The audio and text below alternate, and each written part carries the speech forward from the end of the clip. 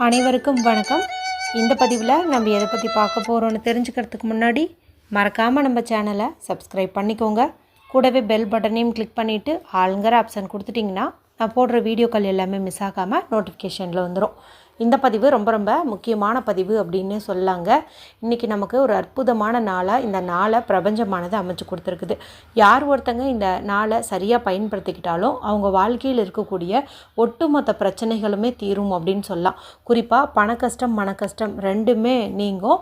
மேலும் கடன் சுமையால் நாங்கள் ரொம்பவுமே கஷ்டப்படுறோம், மீளவே முடிய மாட்டேங்குது, எங்களுக்கு இது தீர்ந்துச்சுன்னா போதும் அப்படின்னு நினைக்கிறவங்கெல்லாம் இப்போ நான் சொல்லக்கூடிய இதை மட்டும் நீங்கள் ஃபாலோ பண்ணிங்கன்னா எப்பேற்பட்ட கடன் பிரச்சனையில் நீங்கள் சிக்கியிருந்தாலும் சரி, அது கோடிக்கணக்கில் வாங்கியிருந்தாலும் சரி, அது அடைப்பதற்குண்டான வருமானம் உங்களுக்கு பெருகும். ஏதாவது ஒரு வகையில் நீங்கள் முழு கடனையுமே அடைச்சிருவீங்க. இனி கடன் இல்லாமல் நிம்மதியாக வாழ்வீங்க அப்படின்னே சொல்லலாம்.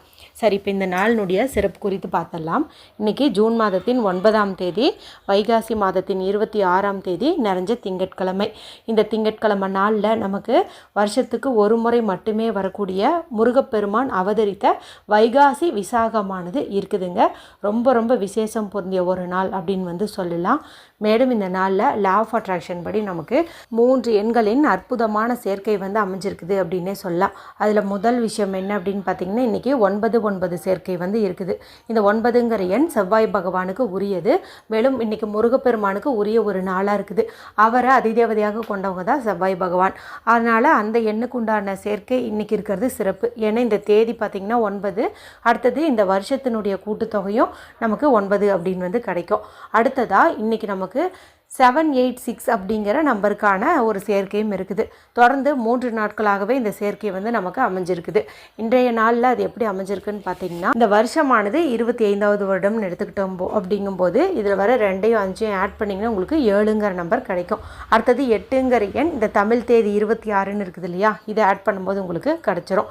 அடுத்தது 6ங்கிற எண் இந்த ஜூன் மாதம் அப்படிங்கிறது 6வது மாதம் இங்கே நமக்கு கிடச்சிரும். அடுத்தது உடனடி பண தேவைக்கு உதவக்கூடிய 897 அப்படிங்கிற எண்ணுக்கான சேர்க்கையும் இந்த நாளில் நமக்கு அமைஞ்சிருக்குது. அது எப்படி அப்படின்னு கேட்டிங்கன்னா, முன்னாடியே சொன்ன மாதிரி தமிழ் தேதி 26, இதனுடைய கூட்டுத்தொகை 8, அடுத்தது 9ங்கிற எண் இந்த ஜூன் 9ங்கிற தேதியில் வந்துடும்.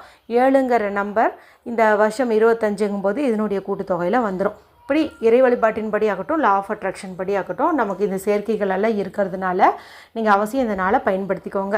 ஏற்கனவே இந்த நாளில் முருகப்பெருமான் வழிபாடு எந்த மாதிரி செய்யணும், ஒரு குறிப்பிட்ட சூட்சும தீபத்தை ஏற்றி வைத்தால் கோடீஸ்வர யோகம் உண்டாகும் என்பது குறித்து ஒரு தனி பதிவு போட்டிருக்கேன். அடுத்தது இன்றைக்கி நிலைவாசலில் செய்ய வேண்டிய ஒரு முக்கியமான விஷயம் குறித்து சொல்லியிருப்பேன். இதை செய்வதன் மூலமாக முருகப்பெருமானுடைய பரிபூர்ண அருளால் நம்ம வீட்டில் இருக்கிற பண கஷ்டம் மன கஷ்டம் எல்லாமே நீங்கன்னு சொல்லலாம். அடுத்தது குளிக்கும் தண்ணீர் பரிகாரம் ஒன்று போட்டிருக்கு. இந்த வீடியோவை நீங்கள் லேட்டாக பார்த்தா கூட அதுபோல் தண்ணீர் ரெடி பண்ணிட்டு முகம் கை காலெல்லாம் கழுவிக்கிறது சிறப்பான பலனை கொடுக்கும். அடுத்தது இன்று ஒரு வரி மந்திரம் ஒன்று சொல்லி கொடுத்துருப்பேன். அது பார்த்திங்கன்னா ரொம்ப பர்ஃபெக்டாக இன்றைக்கி சொல்லக்கூடிய வகையிலே இருக்கும். வெறும் 6 முறை நீங்கள் அதை சொன்னீங்க அப்படின்னாவே போதும், அற்புதமான பல மாற்றங்கள் உங்கள் வாழ்க்கையில் நடக்கும். இப்போ நான் மேலே சொன்ன வீடியோக்கள்லாம் நீங்கள் பார்க்காம இருந்தீங்கும்போது இந்த வீடியோ முடியும் போது வரக்கூடிய எண்டு ஸ்க்ரீனில் அதனுடைய லிங்க்கை நான் கொடுக்குறேன், மறக்காமல் செக் பண்ணி பாருங்கள். சரி, இப்போ இந்த பதிவுக்கான விளக்கத்துக்குள்ளே போகலாம். இது பார்த்திங்கன்னா நம்மளுடைய கடன் சுமையை மொத்தமாக அடைப்பதற்குண்டான அற்புதமான ஒரு பரிகாரம் அப்படின்னே சொல்லலாம். மாதம் வரக்கூடிய மைத்திர முகூர்த்தம் குறித்து நம்மளுடைய சேனலில் தொடர்ந்து நான் வீடியோக்கள் போட்டுட்ருக்கேன். இந்த மைத்திர முகூர்த்த நேரம் நிறைய பேர் ஃபாலோ பண்ணிட்டு வராங்க. நிறைய பேர்த்துக்கு நல்ல ரிசல்ட்டையும் கொடுத்துருக்குது. இது எப்படி செய்யணும் அப்படின்னு பார்த்தீங்கன்னா, இப்போ ஒரு குறிப்பிட்ட நேரம் சொல்லுவேன். அந்த நேரத்துக்குள்ளே நீங்கள் யார்கிட்ட கடன் வாங்கினீங்களோ அவங்கக்கிட்ட ஒரு சிறு தொகையை, இப்போ நீங்கள் 1 லட்ச ரூபாய் கடன் வாங்கியிருக்கீங்கும்போது ஒரு 100 ரூபாயோ 1000 ரூபாயோ நான் சொல்லக்கூடிய நேரத்தில் அவங்கக்கிட்ட ஆன்லைன் மூலமாக நீங்கள் டிரான்சாக்ஷன் மூலமாக சென்ட் பண்ணலாம், இல்லைன்னா நேரில் கொடுக்கலாம். இந்த மாதிரியெல்லாம் பண்ணலாம். இப்படி ஆன்லைனில் பண்ண தெரியாது, நேர்லேயும் கொடுக்க முடியாதுன்னு நினச்சிங்கன்னா தனியாக ஒரு கிஃப்ட் கவர், அதாவது மொய் கவர்னு சொல்லும் இல்லையா, அது மாதிரி கவரோ பர்ஸோ எடுத்துகிட்டு அதில் ஒரு பேப்பர் எடுத்துகிட்டு அதில் யார்கிட்ட கடன் வாங்கினீங்களோ அவங்க பேர், அது பேங்க் பேராகவும் இருக்கலாம், யார்கிட்ட வாங்கினீங்களோ அந்த நபர் பேராகவும் இருக்கலாம், அந்த அமௌண்ட்டையும் எழுதணும். எழுதிட்டு கடன் தீர வேண்டும் அப்படின்னு சொல்லி எழுதிடுங்க. எழுதிட்டு அந்த பர்ஸ்லேயோ இல்லை கவர்லேயோ நீங்கள் அந்த பேப்பரை வச்சுருங்க. வச்சுட்டு ஒரு 10 ரூபா 20 ரூபா அந்த பர்ஸுக்குள்ளேயோ கவருக்குள்ளேயோ போட்டு வச்சுருங்க.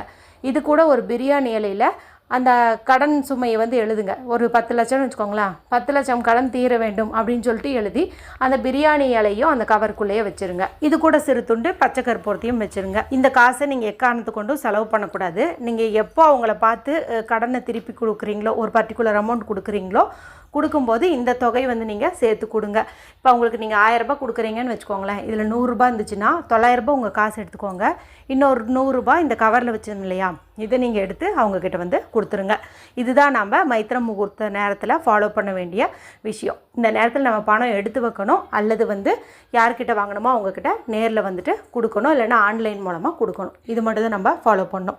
சரி, இந்த சக்தி வாய்ந்த நேரமானது இன்றைக்கி, அதுவும் முருகப்பெருமான் பிறந்த ஒரு நட்சத்திரத்தில் வர்றது சிறப்பு. அதுவும் செவ்வாய் பகவானுக்குரிய இந்த 9/9 சேர்க்கையில் வர்றது இன்னும் சிறப்பு.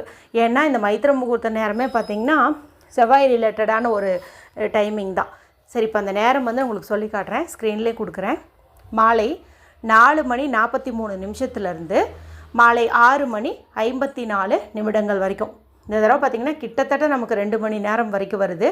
எப்போதுமே இது 1 மணி நேரம் அந்த மாதிரி தான் வந்து வரும்.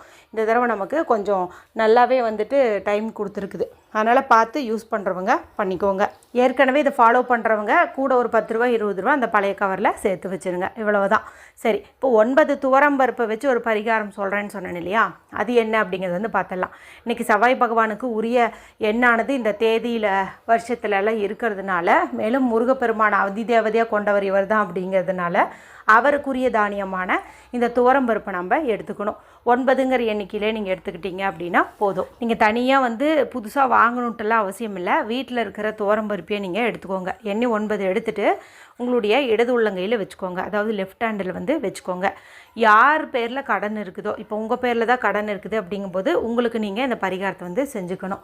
இல்லைங்க என்னுடைய கணவர் பேரில் தான் இந்த கடன் இருக்குது அப்படிங்கும்போது அவருக்கு வந்துட்டு நீங்கள் இதை செய்யணும். இப்போ அவர் ஆஃபீஸ் போயிட்டாரு அப்படிங்கும்போது நீங்கள் இன்றைக்கி இரவு தூங்கிறதுக்குள்ளே எப்போ செஞ்சீங்கனாலும் உங்களுக்கு 100% வந்து ரிசல்ட்டை கொடுத்துரும். குறிப்பாக அந்த நேரம் சொன்னோம் பாருங்கள், மைத்திர முகூர்த்த நேரம், அந்த நேரத்தில் நீங்கள் செய்கிறது இன்னும் சிறப்பு. முடிஞ்ச அளவுக்கு அந்த டைமிங் வந்து ஃபாலோ பண்ணுங்கள். ஒரு வேளை அதை ஃபாலோ பண்ண முடியல அப்படின்னா இரவு தூங்கிறதுக்குள்ளார நீங்கள் இந்த பரிகாரத்தை வந்து செஞ்சுருங்க. இப்போ என்ன பண்ணுறீங்க அப்படின்னா, இப்போ உங்கள் பேரில் தான் கடன் இருக்குங்கும்போது உங்களுடைய இடத்து கையில் வச்சுக்கோங்க. வச்சுட்டு இப்போ உங்கள் வீட்டுக்கு உள்ளே நின்றுக்கிட்டிங்கனாலும் சரி, வெளியில் நின்றுட்டாலும் சரி, உங்களுடைய தலையை இடதுபுறம் இருந்து வலதுபுறம் 9 முறை, வலதுபுறம் இருந்து இடதுபுறம் 9 முறை, அதாவது கிளாக் வைஸில் 9 டைம்ஸும் ஆன்டி கிளாக் வைஸில் 9 டைம்ஸும் வந்து உங்களை நீங்களே வந்து சுற்றிக்கோங்க. இப்போ கணவர் பேரில் கடன் இருந்ததுன்னா அவர்கிட்ட கொடுத்து அவரையே வந்து சுற்றிக்க சொல்லலாம். அவர் சரியாக பண்ணிக்க மாட்டார் அப்படிங்கும்போது நீங்களே வந்து அவருக்கு சுற்றி விடலாம். அதில் ஒன்றும் தவறு கிடையாது. சரிங்களா? இப்போ என்ன பண்ணீங்க அப்படின்னா, சுற்றி முடிச்சுட்டு உடனடியாகவே இந்த பருப்பு நீங்கள் எடுத்துகிட்டு போயிட்டு வெளியில் எறும்புகள் இருக்கக்கூடிய இடத்துல போட்டுருங்க, இல்லைன்னா பறவைகள் வரக்கூடிய இடத்துல போட்டுருங்க. உடனே இப்போ உங்கள் மொட்டை மாடியில் போட்டிங்கன்னா அங்கே புறாக்கள், காகம், குருவி இதெல்லாம் வந்து சாப்பிடும். இல்லைன்னா மண் போன்ற இடங்கள், ஏதாவது மரத்துக்கடியிலலாம் போட்டுட்டிங்கன்னா அங்கே வரக்கூடிய அந்த எறும்புகள் வந்து அது உணவை எடுத்துக்கும். இப்படி நீங்கள் 9 முறை உங்கள் தலையை சுற்றும் போது கடன் பிரச்சனை தீரணும், கடன் பிரச்சனை தீரணும் அப்படின்னு நீங்கள் சொல்லிக்கிட்டு போடுங்க.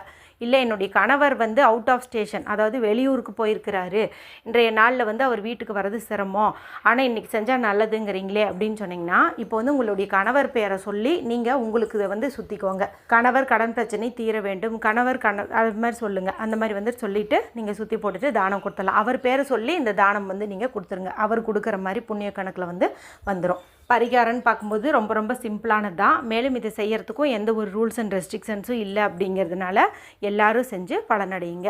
இந்த வீடியோ பிடிச்சிருந்தால் மற்றவங்களோட ஷேர் பண்ணுங்கள், லைக் பண்ணுங்கள். மற்றும் ஒரு பயனுள்ள பதிவில் உங்களை சந்திக்கிறேன். நன்றி, வணக்கம்.